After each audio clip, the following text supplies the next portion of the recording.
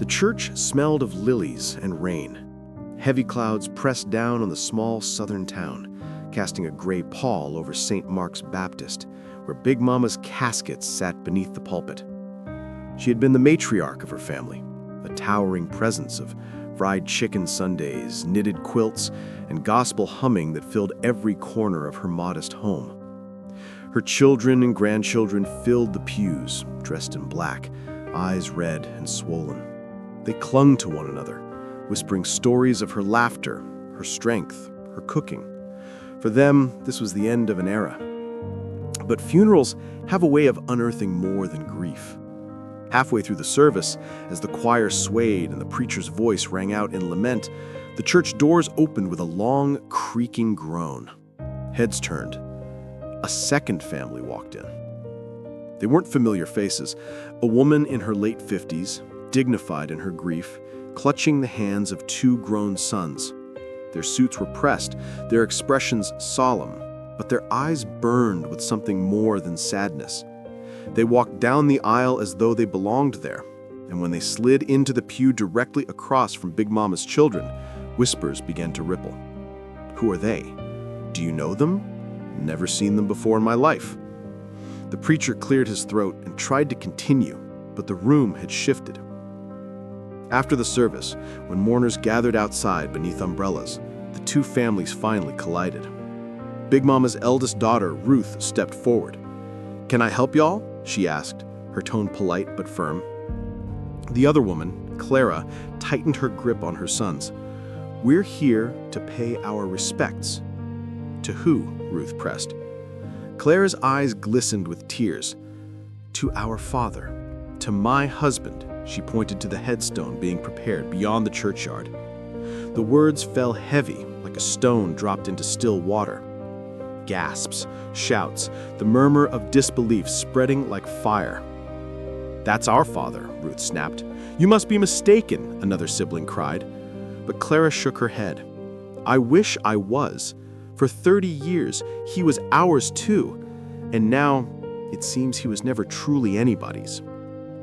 The two sets of children stared at one another, half strangers, half siblings, the shock settling into their bones. Big Mama's funeral, meant to unite a family in mourning, had instead exposed a double life stretching back decades. And then Clara, her voice breaking, added a final blow. "Y'all don't know the half of it. He didn't just have two families. He had secrets. Dark ones. Ones that go back to blood spilled long before any of us knew him." The crowd fell silent. Rain pattered softly against the pavement. And in that silence, the truth began to stir.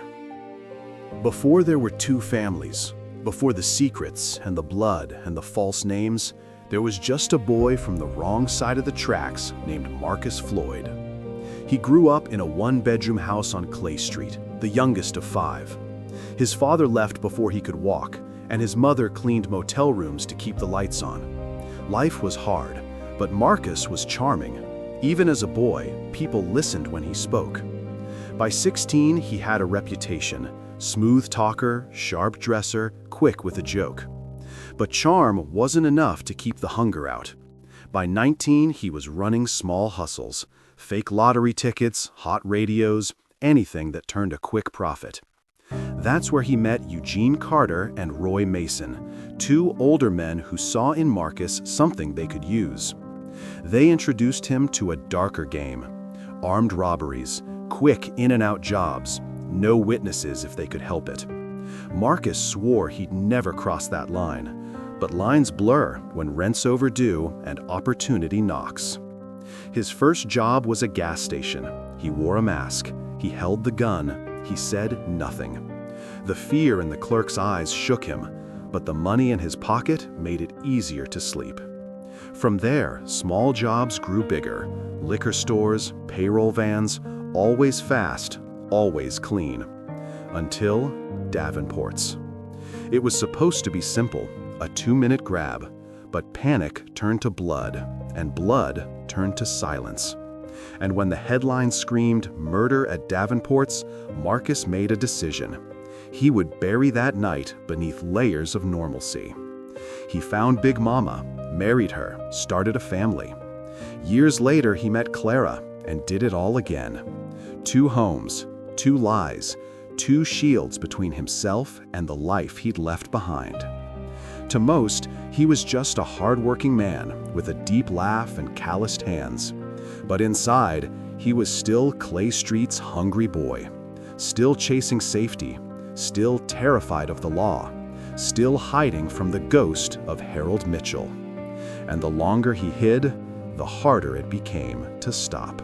Long before the funeral, before the whispers and the accusations, before the discovery that 2 families were living parallel lives, there was just him. To Ruth and her siblings, he was Daddy, tall, broad-shouldered, with a laugh that filled the room and hands calloused from years of labor. He worked construction by day, fixing roofs, laying brick, always coming home smelling faintly of sawdust and sweat.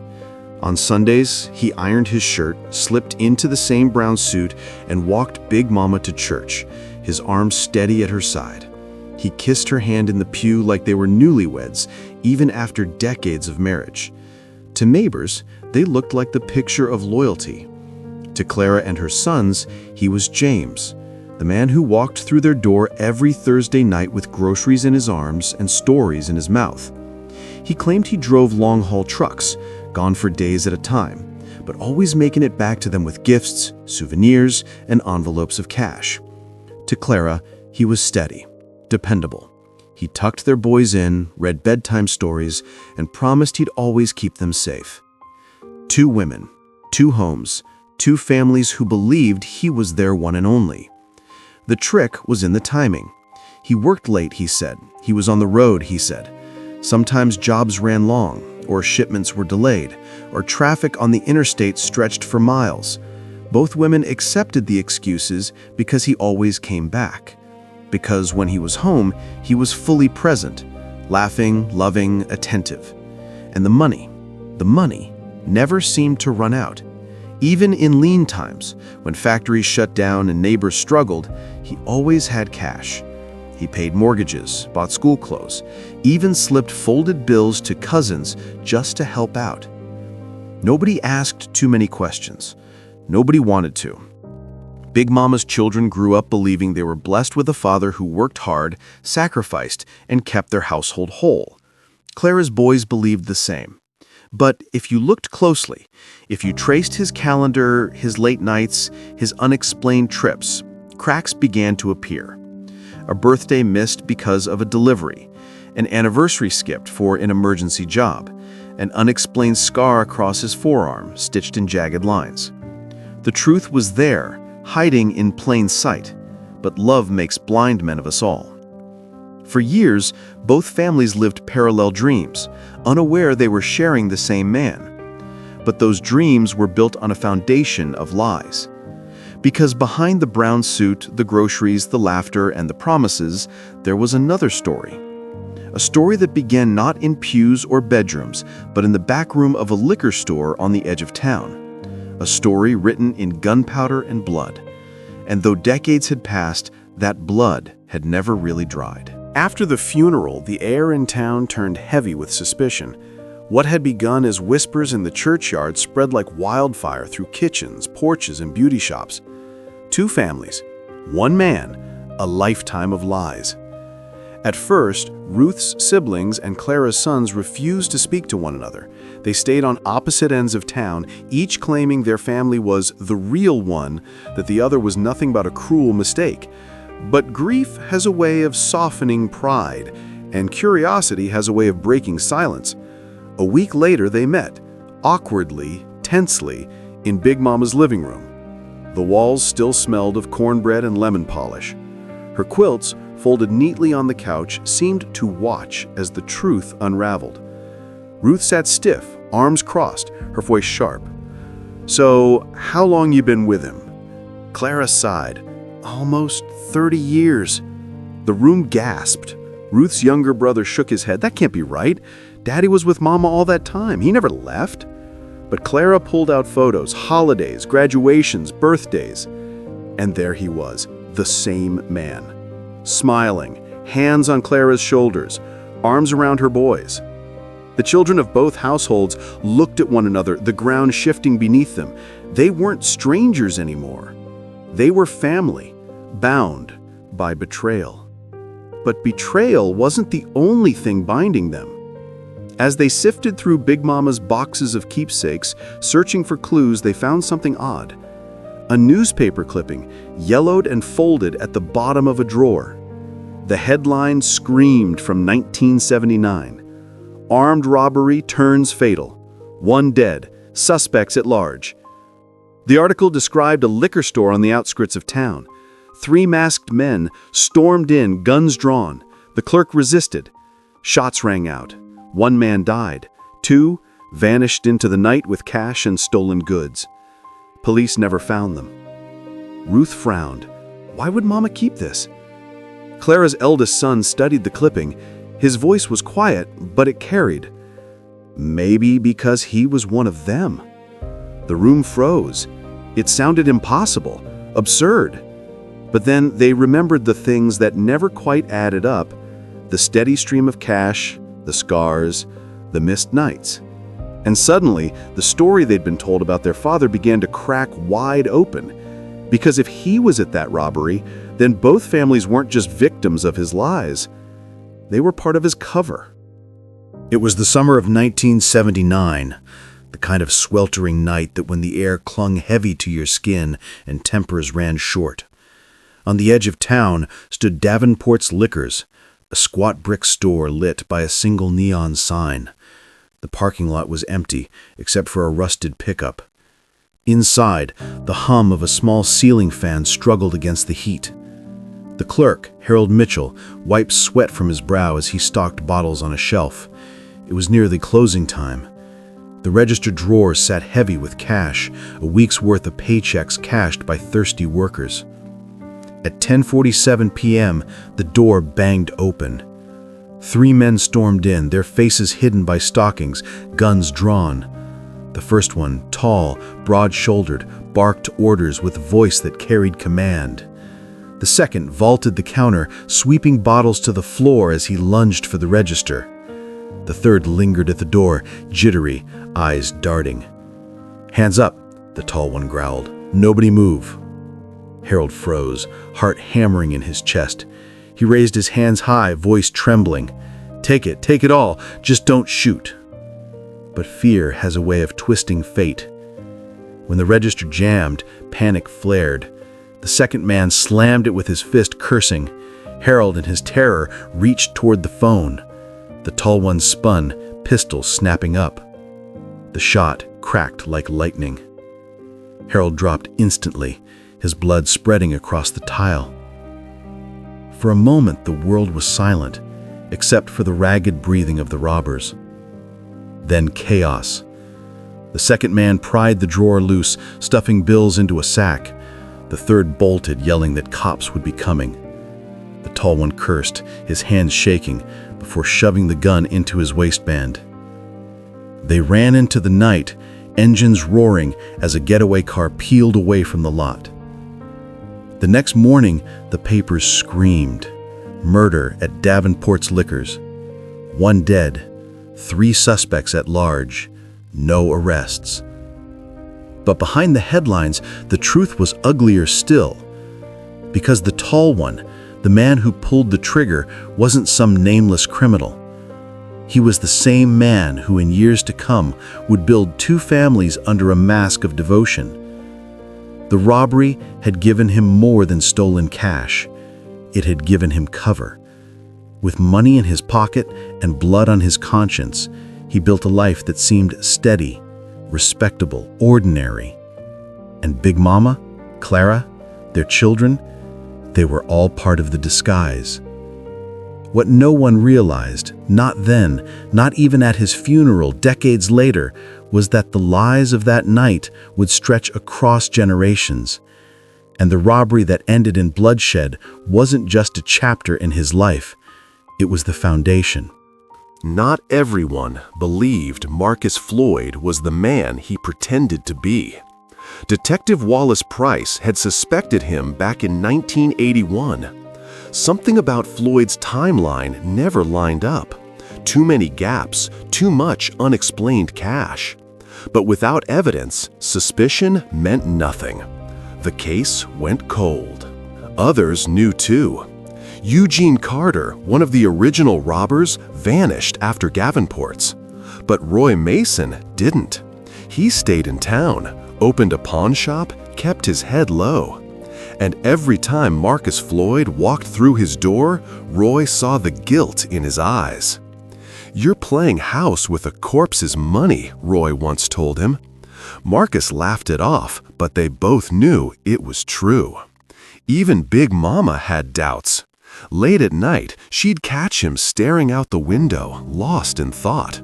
Sometimes he'd flinch when a siren wailed. Once, she asked him if there was something he needed to tell her. He kissed her hand and said no. The truth was, several people almost exposed him, but they didn't. Some were scared. Some didn't care. Some thought the past should stay buried. And so it did. The greatest lie Marcus ever told wasn't that he was faithful or honest. It was that nobody knew. People knew.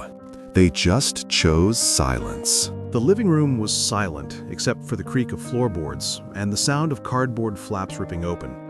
Big Mama's children and Clara's sons had agreed, against their better judgment, to go through his things together.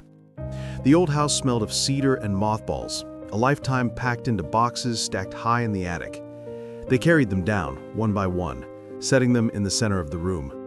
At first, the discoveries were innocent. Faded photographs, Sunday suits, tattered love letters written in careful script. The remnants of a man who lived long, who loved deeply. But then, Clara's eldest son found a false-bottom trunk.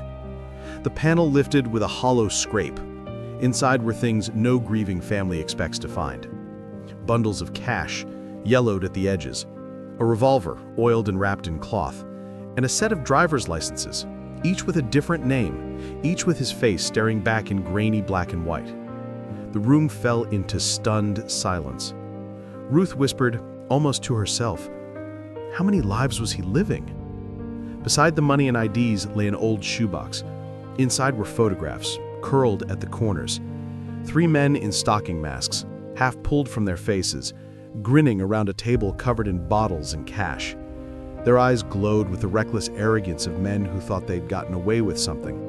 And there he was, their father, their husband, his smile wide, a pistol resting casually in his hand.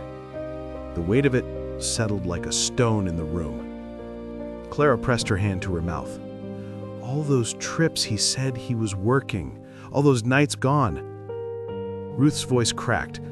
We were his cover. That's what this means. Mama was his alibi here, and you were his alibi there.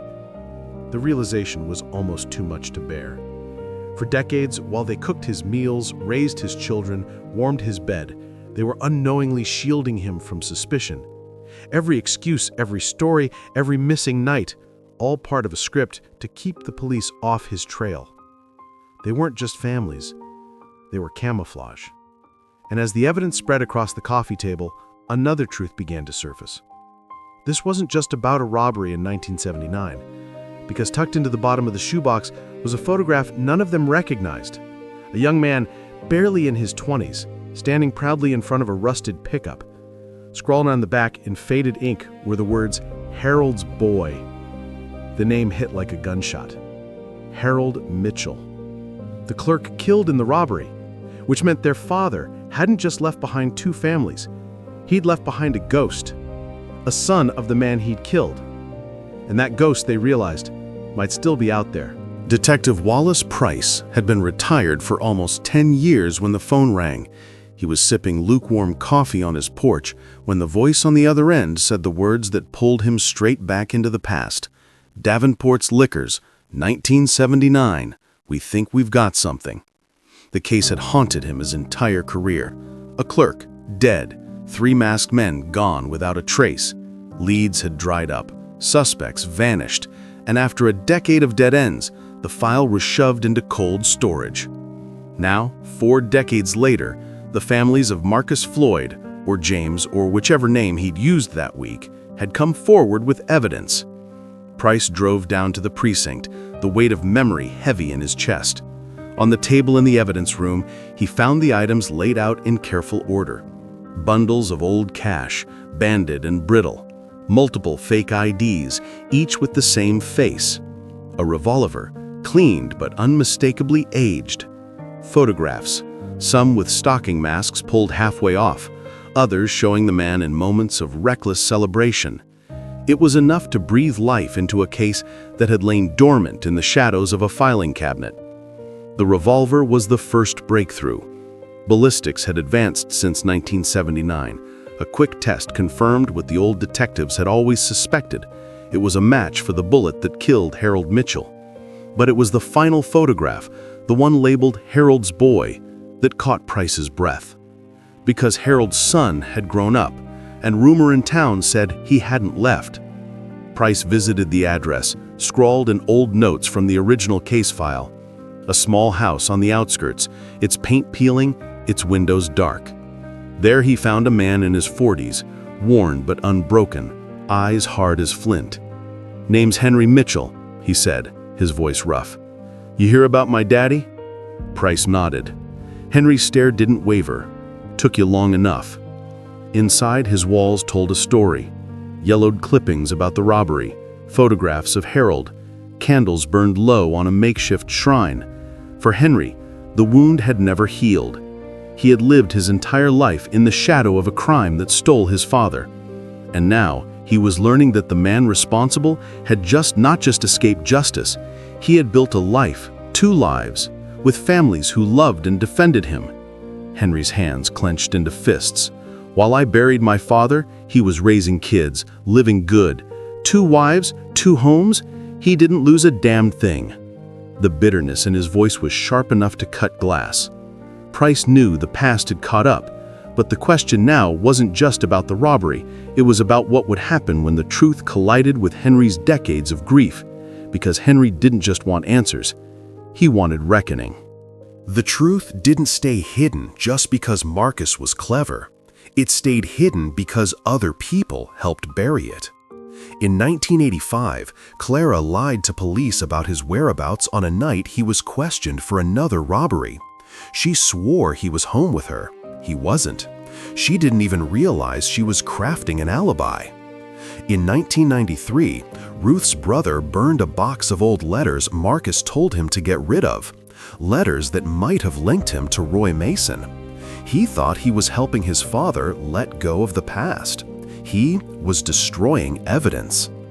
Even Big Mama unknowingly protected him. When police knocked on their door asking about an old Buick linked to a crime scene, she told them it had been sold years before. In truth, Marcus had dismantled it piece by piece. Each small act, a lie, a favor, a dismissal, added another layer to the wall that kept the truth sealed. And when you build a wall high enough, even the people inside forget what they're hiding. By the time detectives reopened the case decades later, the truth was more than a secret. It was a shared sin, a burden carried by 2 families who, without realizing it, had helped a killer walk free. And that is why the truth, when it finally surfaced, felt heavier than anyone expected. It wasn't just Marcus's guilt that needed to be answered for. It was theirs too. The courthouse smelled of paper and old wood polish, its corridors echoing with footsteps and hushed voices. For decades, the Davenport case had been little more than a line in an unsolved file. Now, after the discoveries in Big Mama's house, it had returned like a ghost, demanding to be heard. But there would be no defendant in the dock. Marcus Floyd, or James, or whatever name fit the day, was already in the ground. His casket lowered beside Big Mama's, his secrets spilling out like soil over his grave. Instead, the families were summoned for hearings, not a trial, not justice in the true sense, but a formal recognition of what had been hidden and who had been used. Ruth sat stiff-backed in the front row, her jaw set. Clara sat across the aisle, her sons beside her. For the first time, they weren't glaring at each other. they were bound by something heavier than rivalry: betrayal. Henry Mitchell sat 2 rows back, arms crossed, his eyes burning holes into the wooden panels at the front. When he was called forward, the room held its breath. He stood tall, his voice low but steady. "My father was killed in cold blood. I grew up with nothing but questions, nothing but hate. And while I suffered, this man lived free. He built families, homes, memories. He laughed, he ate, he celebrated holidays. And all the while, he carried my father's blood on his hands." The words cut deep, landing heavy on the ears of both families. Children shifted uncomfortably, the enormity of their father's double life pressing down like a weight. The prosecutor laid out the findings: the revolver matched to the bullet, the false IDs, the photographs. It was, for all intents and purposes, an open and shut case. If Marcus Floyd had lived, he would have faced life behind bars.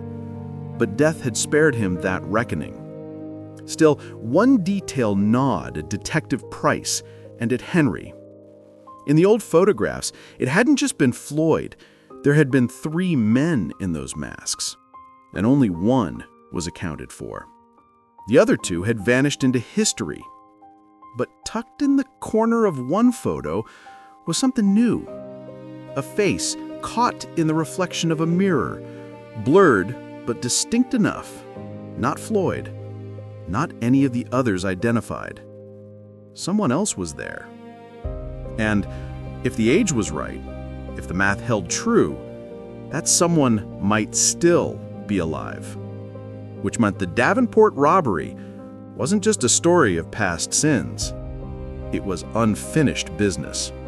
The town never looked at Big Mama's funeral the same way again. What had begun as a farewell to a beloved matriarch had become the unraveling of a double life, a revelation that left 2 families bound together, not by love, but by betrayal. In the weeks that followed, the children of Ruth and Clara stopped calling themselves rivals. They began, reluctantly, to call themselves siblings. They shared blood, after all, but they also shared shame. Their father had loved them, yes. He had provided, but he had also used them, played them, hidden behind their innocence like a shield against suspicion. They were his camouflage, nothing more. Ruth struggled with that truth. She replayed childhood memories, her father brushing dust off his suit before church, kissing Big Mama's hand, and wondered how much of it had been real. Clara's sons wrestled with the same ghosts. Every bedtime story, every gift from the road, every whispered promise. Was it love or was it strategy? Henry Mitchell never got the closure he wanted. The hearings named Floyd as the killer. The revolver, the IDs, the photos, all proof. But there was no sentence, no gavel, no handcuffs clinking in satisfaction. Death had cheated him of justice. And worse, there was still one accomplice missing, another ghost from that sweltering night in 1979. Somewhere out there, perhaps in another town, perhaps sitting quietly on another porch, lived a man who carried the same blood on his hands. For Henry, the story wasn't over. It never would be. Detective Price filed the evidence. The case finally marked closed. But in his heart, he knew closure was a lie. You don't close wounds like these, you just learn to carry them. On the first anniversary of Big Mama's funeral, the families gathered at the cemetery. For the first time, Ruth and Clara stood side by side. Children placed flowers on her grave. No one spoke for a long time. Finally, Clara whispered, "We thought we were burying her, but what we really buried was him." Ruth nodded, tears streaking her face, and all his lies. The families left in silence, their footsteps fading across the grass. But as the evening sun dipped below the horizon, one truth lingered like a shadow. Big Mama's funeral hadn't just ended a life. It had unearthed the wreckage of decades, the blood of a robbery, the silence of 2 families, and the chilling reminder that the people we trust most are sometimes the ones who hide the darkest secrets. And somewhere, someone else from that night still breathed free. Waiting, watching. A ghost not yet laid to rest. The seasons changed, and with them, the town's appetite for the story faded. The newspapers stopped calling. The detectives filed their reports. The two families went their separate ways, bound forever by a man who had shattered both of their lives. But one ghost refused to rest.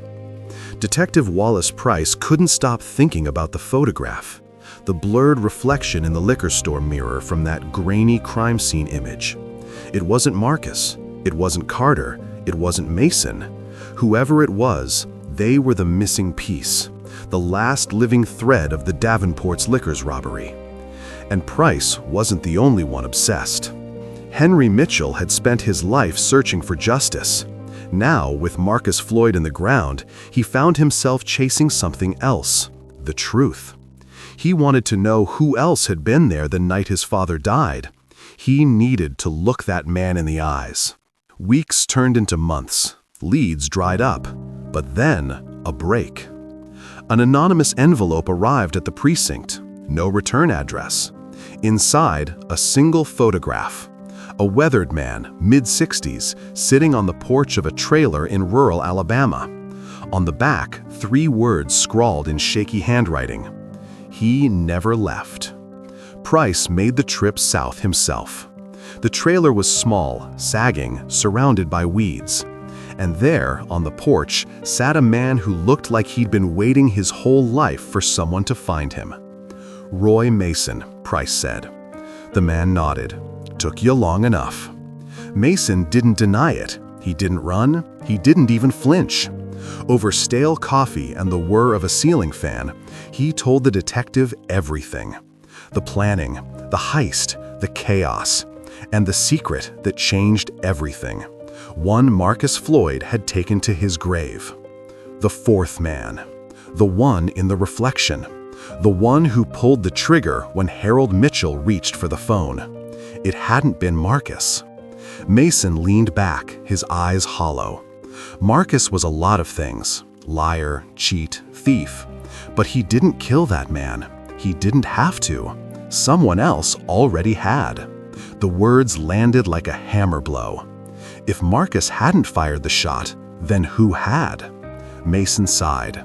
The kid, the youngest of us, barely 20 at the time. We called him Junior.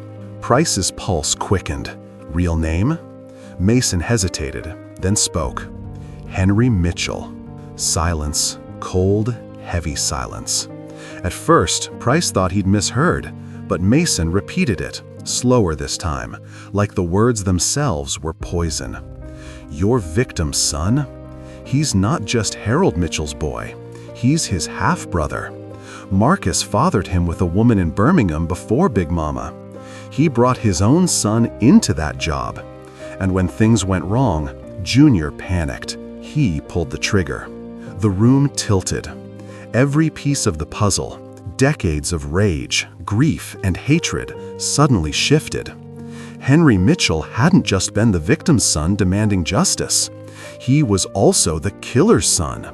And, if Mason was telling the truth, the killer himself. The revelation tore through the investigation like a wildfire. Price returned to town, torn between duty and disbelief. When he confronted Henry, the man didn't deny it. He didn't speak at all.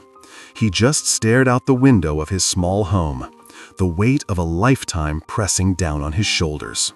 I was just a kid, Henry whispered at last. I didn't mean to. I thought he was going for a gun. I panicked. The confession detonated everything. The victim's son was now the perpetrator. The man who had spent 40 years hating Marcus Floyd had been carrying his own crime all along. A crime that had destroyed his life as much as anyone else's. The district attorney declined to press charges. Too much time had passed. Too little evidence remained. And, in a cruel twist of fate, Henry Mitchell would never face trial for the murder that defined his existence. But he would never escape it either. The families gathered one last time, not for a funeral, not for a hearing, but for a quiet memorial at Davenport's Liquors, now an empty lot overgrown with weeds. They stood in silence as the wind rustled through the grass. There were no apologies, no forgiveness, just a heavy understanding that every one of them had been part of the lie. The truth hadn't set anyone free. It had simply exposed the rot that lay beneath their lives, a rot built on blood, betrayal, and silence. And as the sun dipped behind the horizon, Ruth said the only words that felt true. Some stories don't end. They just keep haunting the people left behind.